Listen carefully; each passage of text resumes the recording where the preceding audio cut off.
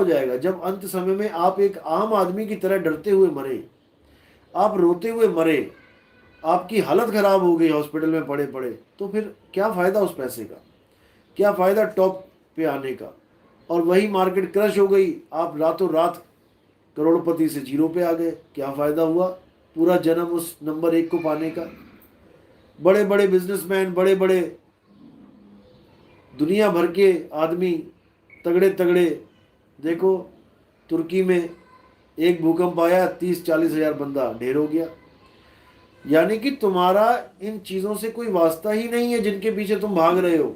यहां पर एक ही पल में कुछ का कुछ हो जाएगा, तुम्हें समझ में ही नहीं आएगा कि हो क्या गया। सारी उम्र हमने बिल्डिंगें बनाने में लगा दी और एक ही पल में वो सारी बिल्डिंगें मिट्टी में। तो अब क्या करेंगे? इतना इतना कोशिश करने के बाद, इतनी मेहनत करने के बाद हमने उन पद को पाया और एक ही सेकंड में ढेरी, तो क्या फायदा। अगर इन चीज़ों के लिए हमारा जन्म हुआ होता तो भगवान को भी ये चीज़ों के लिए एक सिस्टम बनाया होता उन्होंने कि अगर तुमने बिल्डिंग बनाई है तो वो रहेगी सदा के लिए, तुम्हारी मेहनत पे पानी नहीं फिरेगा। लेकिन एक भूकंप आता है, सारी बिल्डिंग नीचे। कितना ही तुम कुछ कर लो, वो सब जीरो होना ही है, क्योंकि ये सारा जगत शून्य से बना है और शून्य में ही समाएगा। रेत में तुम कितने ही बड़े मकान बना लो लहरों के किनारे, समुद्र में, वो सब ढेरी हो जाएंगे, क्योंकि रेत के मकान टिकेंगे ही नहीं। इसी प्रकार हमारा जीवन है, जो मर्जी कर ले हम, अंत समय में हमें शून्य पे आना ही पड़ेगा। ये सब जीरो होना ही है। हम उस चीज को जाने जिसको प्राप्त करने के बाद वो खत्म ना हो, वो है असली आनंद। ऐसी चीज को प्राप्त करें जो कभी खत्म ही ना हो। जिसके लिए बोला कि जितने भी लोग हैं यहाँ कमाई कर रहे हैं, वो सब नकली कमाई है, नकली। कबीर वो धन संचिए जो आगे को होए, और सिर पे उठा के गाठड़ी जात न देखा कोई। कबीर वो धन संचिए, ऐसी कमाई करो जो आगे को होए, ये शरीर छूटने के बाद भी तुम्हारे साथ जाए। जो दुनियावी कमाई है, तुम एक 25 पैसे का सिक्का भी नहीं लेके जा सकते आगे, वो भी जेब में पड़ा। सिर पे उठा के गाठड़ी जात ना देखा कोई, एक भी आदमी नहीं देखा जो अपना बैंक बैलेंस ले गया हो, जो अपना मकान ले गया हो। जिन जमीनों के लिए इंच इंच के लिए दो भाई लड़ते हैं जाके कोर्ट में कि मेरी इतनी जमीन है, 2 इंच भी हम मुझे कम मर जाते हैं। तो कबीर साहब कह रहे हैं इतना तगड़ा माया का खेल है कि तुम नहीं समझ पा रहे कि माया ने कैसा भरमा दिया जग को। अब इससे बचने का एक ही रास्ता है, बचना चाहो काल जाल से चीनो शब्द हमारा। इसके अलावा कोई रास्ता ही नहीं है। अगर काल के जाल से बचना है, इस माया से बचना है, तो शब्द को यानी अपने आत्म स्वरूप को छीन लो। उसके बाद तुम परम शांति को यानी संतुष्टि को प्राप्त हो जाओगे। उसके बाद दुख में तुम्हें दुखी नहीं फील होगा, और सुख में तुम अपने आप को सुखी फील नहीं करोगे। सुख दुख से कोई परे परम पद, सो पद है सुखदाई। असली सुख कहाँ है? सुख और दुख से ऊपर उठने पर है। कभी भी विचलित मत हो जाना। कोई भी दुख आता है, कोई बात नहीं, सहो। जितना सहोगे उतना ही ज्यादा मजबूत हो जाओगे। अब तुम्हें दुख में दुख फील नहीं होगा, सुख में सुख फील नहीं होगा। ज्यादा खुशी आती है घर में तो एकदम खुश नहीं हो जाना चाहिए कि बहुत बढ़िया, बहुत अच्छा, मैं तो ऐसे कर दूंगा, वैसे कर दूंगा। ये सारे खेल तमाशे जीरो हो जाते हैं। किसी के लड़का बच्चा पैदा हो गया, खूब थालियां बजवाएंगे, गली में खड़े होके खूब थालियां बजाएंगे, खूब मिठाई बांटेंगे पूरे गांव में। अरे भैया, इतनी खुशी किस बात की? जो बच्चा पैदा हुआ है वो एक्सपायरी डेट भी लेके आया है साथ में, और क्या पता वो कल मर जाए, तो सारी खुशी धरी की धरी रह गई। घर में बच्चा पैदा होता है तो ये सोच के, इसको दरवाजे बंद कर दो। घर में बच्चा पैदा होता है ये सोच के, ये सोचो कि ये मरने के लिए पैदा हुआ है। आज पैदा हुआ है तो अभी से इसकी उल्टी गिनती शुरू हो गई है। ये क्या पता आज शाम तक ही चला जाए। अपने आप को इतना स्थिर कर लो, अपने आप को इतना मजबूत कर लो कि तुम कोई भी घर में आ रही है, उसके खून का पहले से ही अंदाजा लगा लो। कार लेके आ रहे हो नहीं, तो पहले से माइंडदार हूं कि मेरी पूरी कार एक्सीडेंट में खत्म हो गई, मैं उसके लिए भी तैयार हूं। जरूरी तो नहीं है कि एक्सीडेंट हो, लेकिन तुम पहले से प्रिपेयर हो, तो वो तुम्हें दुख नहीं देगी। हो भी गया तब भी तुम कहोगे हाँ ठीक है, मैंने पहले ही सोच रखा था ये तो होना ही है, क्योंकि ये होना ही है। जो नई चीज आई है वो पुरानी होनी ही है। जो खुशियां आई हैं वो गम में बदलनी ही है। शादी हुई है, कल को टूट भी सकती है। बच्चे हुए हैं, मर भी सकते हैं।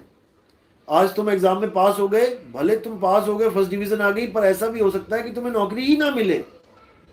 हर चीज के लिए जब तुम प्रिपेयर हो जाते हो, तब तुम्हारे सुख के दिन शुरू होते हैं। अब तुम्हें कोई विचलित नहीं कर सकता। ये सारा ज्ञान संतों ने बता रखा है, लेकिन हमें पीछे लगवाया जा रहा है सुख के।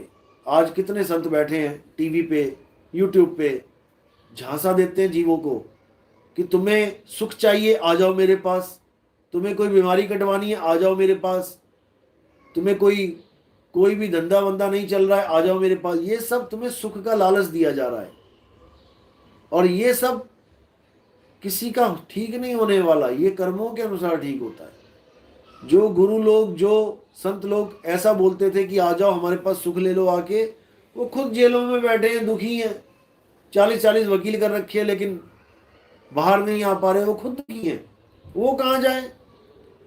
इसलिए सुख आया है तो ठीक है, अच्छी बात है, सुख आया है, लेकिन ये सुख सदा नहीं रहेगा। और अगर कोई दुख आ गया तो भैया ये दुख सदा नहीं रहेगा। जिसने ये माइंड मेकअप कर लिया वो आगे बढ़ जाता है। तो बात यही है कि सुख और दुख से परे क्या है? सुख और दुख से परे हमारा आत्म चिंतन है, हमारा आत्म स्वरूप। जिसने कृष्ण जी ने भी, सब संतों ने जीवों को जगाने के लिए बहुत कुछ आई है। ना इतने वेद पुराण पढ़े जाते हैं, ना ही कोई मनुस्मृति का 2-4 श्लोक व्हाट्सएप पे ही घूमते रहते हैं, पढ़ लेते हैं। उसका हम 1% नहीं कर रहे हैं। गीता क्या कह रही है और तुम क्या कर रहे हो, खंडन किया गया है। हिंदू धर्म में आज सबसे ज्यादा देवी देवताओं की पूजा होती है। क्यों होती है? क्योंकि ब्राह्मणों ने ये बोल दिया है कि हिंदू धर्म का मूल क्या है? पूजा पाठ है। जबकि ऐसा नहीं है, ऐसा बिल्कुल नहीं है। पूजा पाठ एक कांड है, ये एक कर्म है, ये धर्म नहीं है। धर्म क्या है? धर्म है सनातन। पूजा करना एक कर्म है, जैसे बाल काटना एक कर्म है, वो कौन करता है? बार्बर। नाई। जूते गांठना एक कर्म है, वो कौन करता है? मोची। कपड़े धोना एक कर्म है, वो कौन करता है? धोबी। सोने के आभूषण बनाना एक कर्म है, वो कौन करता है? सुनार। इसी प्रकार पूजा पाठ करना भी एक कर्म है, इसलिए इसको कर्म कांड कहते हैं। आप पंडित जी के पास जाओगे, ब्राह्मणों के पास जाओगे, आप उनको कहोगे, पूछोगे कि ये जो आप पूजा पाठ करते हैं उसको क्या बोलते हैं, तो वो स्पेशल नाम बताएंगे उसको, कर्म कांड। समझ रहे हो? कर्म कांड यानी ये हमारा कर्म है। धर्म कांड नहीं बोलेगा कोई भी। बोल के दिखा दे। कर्म कांड सुना है ना नाम? कर्म कांड। धर्म कांड सुना कभी? क्योंकि धर्म कांड है ही नहीं कोई, पूजा पाठ को धर्म कांड कह ही नहीं सकते। धर्म तो सनातन है। सनातन का मतलब होता है जो सदा से है और सदा रहेगा, उसको सनातन कहते हैं। और सनातन गीता में किसको बोला है? सनातन आत्मा को बोला है। हे अर्जुन, जो देवी देवताओं की पूजा करते हैं, अध्याय 7 पढ़ो, अध्याय 9 पढ़ो। हे अर्जुन, जो देवी देवताओं की पूजा करते हैं वो देवलोक को जाते हैं। जो पितरों की पूजा करते हैं वो पितरलोक को जाते हैं। जो भूतों की पूजा करते हैं वो भूतों के लोकों में जन्म लेते हैं। यानी तीनों की कैटेगरी अलग कर दी। ये तीनों मुझे प्राप्त नहीं कर सकते, मेरे परम धाम में ये लोग नहीं जा सकते। समझ रहे बात को? यानी देवी देवताओं का पूजा करना कर्म कांड है और आत्मा को जानना धर्म कांड है। ये धर्म है हमारा। इंसान को क्यों मिला है? केवल आत्मा को जानने के लिए। से प्रेम करना चाहिए, भगवान से डरना चाहिए। कोई गलत पूजा भी नहीं करते। हमने तो एक टाइम बना लिया सुबह का, ज्यादा से ज्यादा शाम का। कोई और ज्यादा पूजा करने वाला है वो दोपहर में भी एक बार कर लेगा आरती, लेकिन वो 5 बार नमाज पढ़ रहे हैं। 5 बार नमाज पढ़ने का मतलब क्या है? ऐसा वो कर रहे हैं, ठीक है, वो भी अपनी जगह सही है, कुछ तो कर रहे हैं। सतना कुछ तो कर रहे हैं, कुछ ना करने से अच्छा है कुछ कर रहे हैं। और यही प्रेम, यही भाव उनको आगे जाके सत्य तक पहुंचाएंगे।